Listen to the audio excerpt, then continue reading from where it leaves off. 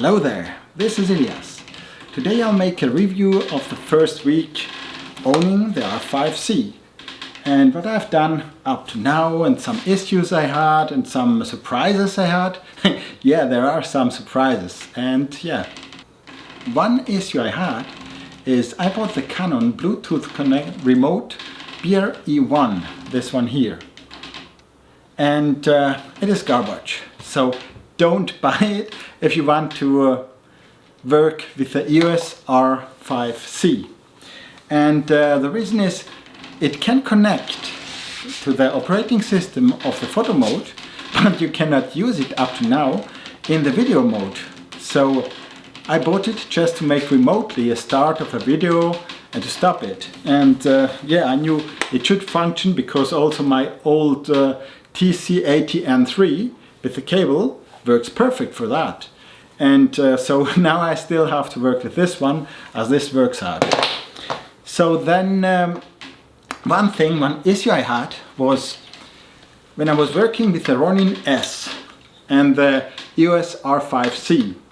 And the one thing is it works fine, perfect. You can start and stop it, not like with the R5 where you had to wait I think 1.5 years until Ronin brought an update, a firmware update, so that the R5 was working for start and stop. The issue I got was another one. I connected this USB-C power adapter to the camera, and of course I was hoping that maybe it will do with this power connection from the power bank here, from the grip, that it can work in 8K 60.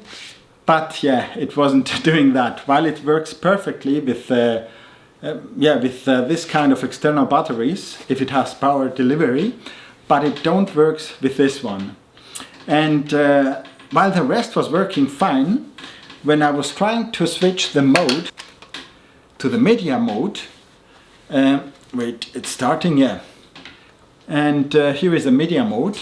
Then it was just blacking out and I couldn't start or stop the camera. I couldn't do anything. It was connected with the USB-C, but it was just freezing up. So I had to remove all the batteries and then I could work again with that. So if you're working on a Ronin with the firmware from the R5C and from the Ronin, just don't try to go into the media pool.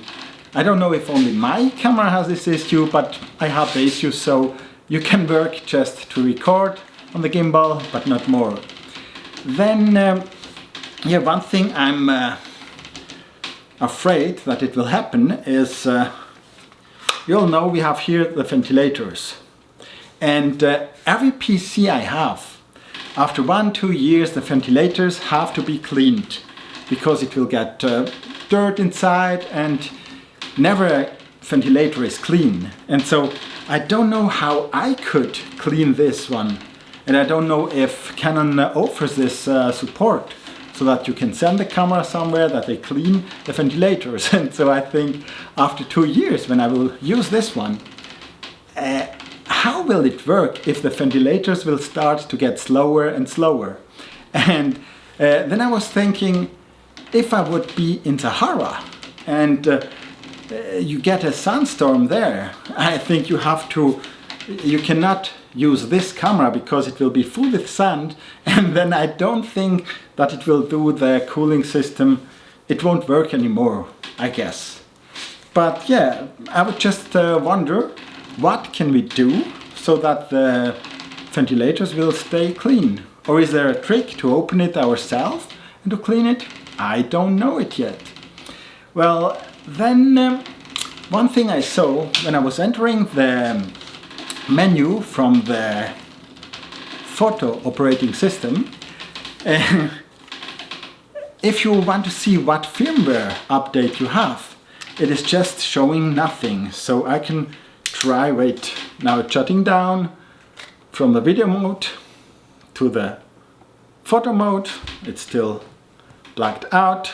Now it's here. And if you're entering the menu to see the firmware update, wait, I'll show that. Here it says firmware. and firmware updating for connections Bluetooth. But it says nothing about the firmware. So you can enter here and you have no real firmware in there, no version of a firmware. While when you are in the video mode, you see the firmware of the video operating system is 1.001. And yeah, when the R5 will get some firmware updates, I don't know how this will work with this one, because it has two operating systems. And the photo operating system shows no firmware. And so, yeah, I'm curious to find out how this will work, or if Canon will always bring two updates, or yeah, it's just something strange what we have to find out. Then also I think the operating system from the photo side is a little bit strange, as you can set there the video mode to PAL or NTFS, but you cannot take any videos in the photo operating system. So why can I switch from NTFS to PAL in this operating system, but has nothing to do with the video operating system?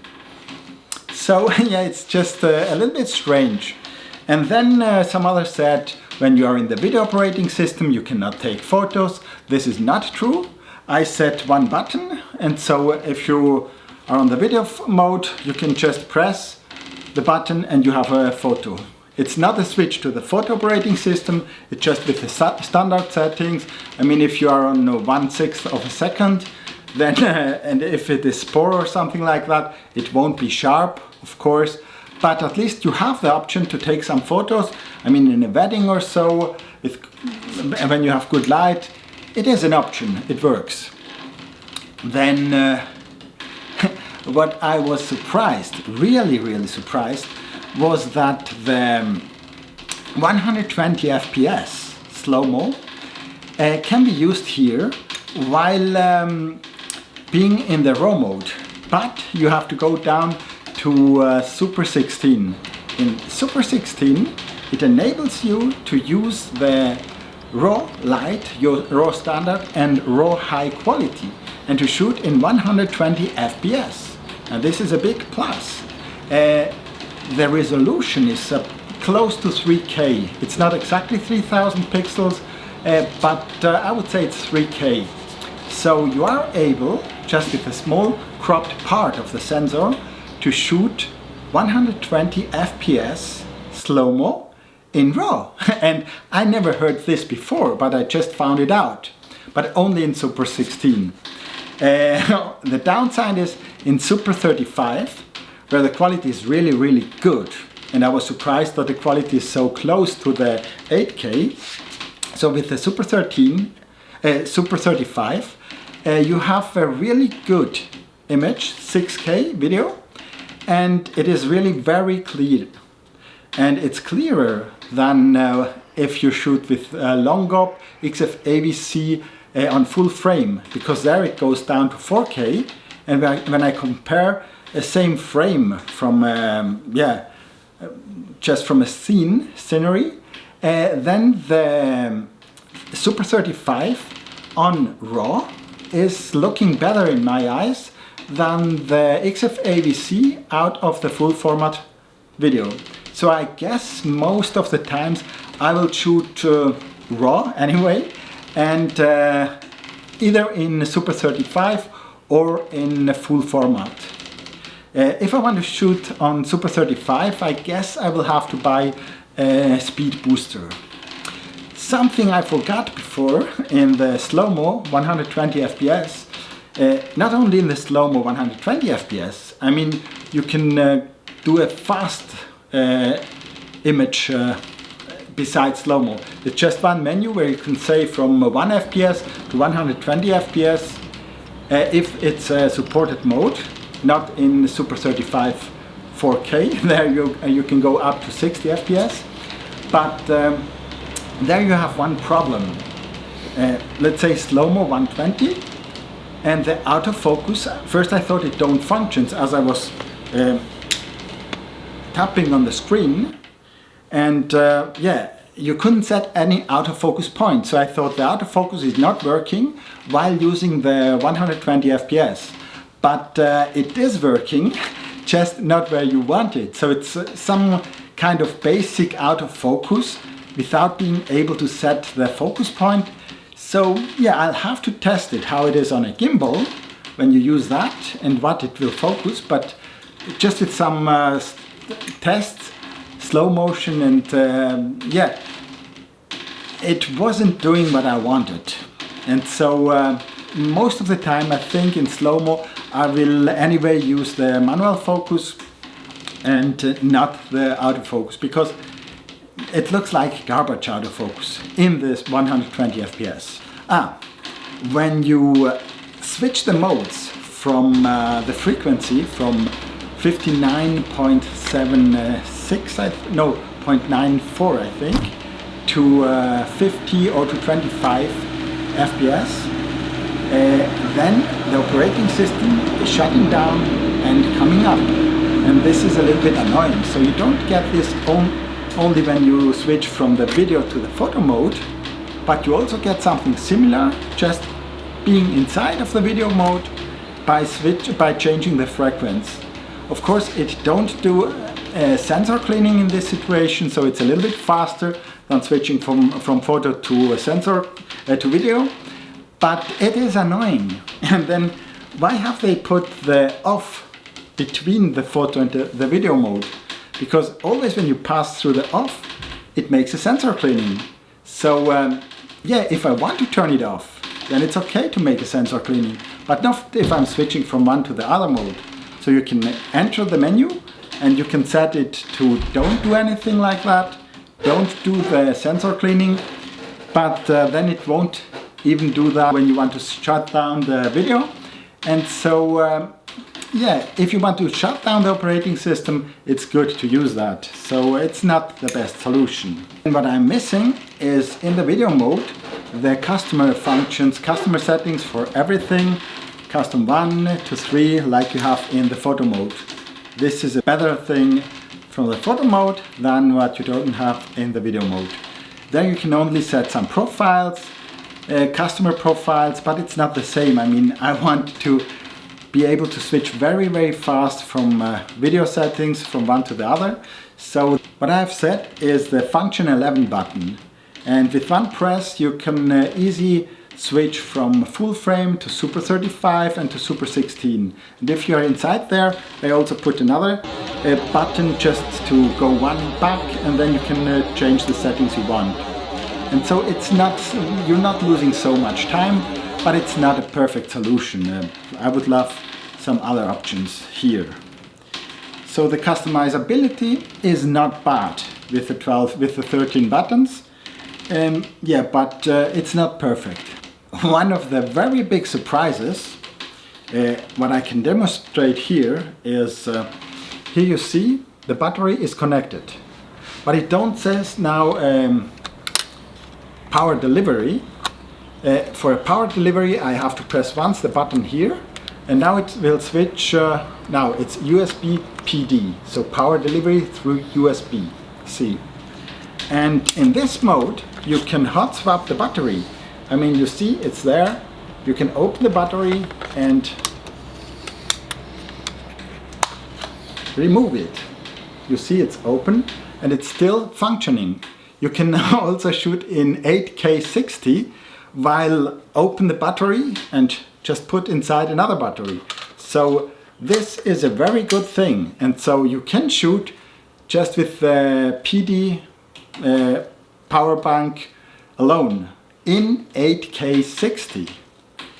So I never tried to start it without having a battery inside, but I guess also this will function. So yeah, the image quality, for me the full frame image quality is really very, very nice, and also the Super 35 image quality is really very nice. I was always thinking it's the same size like APS-C, but it's not true. Super 35 is bigger than APS-C, and so yeah, the quality is really nice. After 1 week testing the camera and having some nice shots and so, I'm really happy with that. And yeah, if you want me to test out anything else what I haven't tested right now, you can write this to the comments down. And yeah, I will show you here everything that is good on the camera, and here everything I don't like on the camera. So yeah, maybe I forgot to say something, but you will see it here or here. And I hope you like this kind of video, and hope to see you next time. So please subscribe to my channel, and please also like the channel. This will help me to get more clicks. So thank you very much, and see you next time. Bye.